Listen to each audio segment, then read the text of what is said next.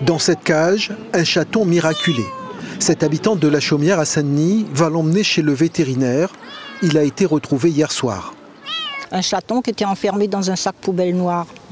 C'était fermé et c'était enfermé dans une poubelle encore en plus, dans une grande poubelle.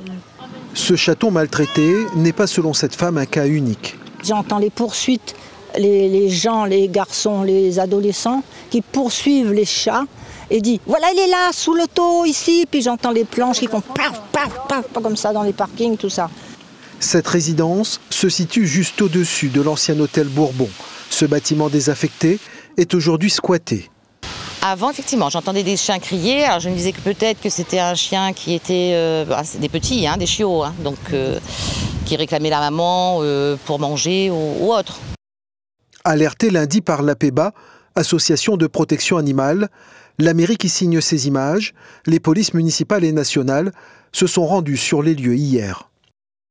Nous la trouvons beaucoup de choses que nous ne pensions pas voir, ni regarder, ni supporter, notamment pour les collègues. Des ossements et des cadavres d'animaux, comme sur ces images amateurs, ont bien été découverts, ainsi que des outils artisanaux. Des supports en bois avec des clous, des câbles de fer avec des clous qui serviraient, je dis bien serviraient, à des actes de torture d'animaux. Donc là on parle de chiens. Selon des témoins, les auteurs de ces tortures présumées seraient des mineurs.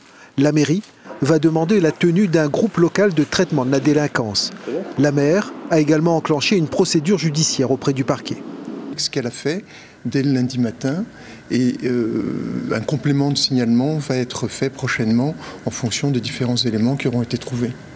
Quant à la sécurisation des lieux devenus dangereux, la municipalité a enjoint le mandataire judiciaire de procéder à des travaux urgents dans l'ancien immeuble du groupe Apavou.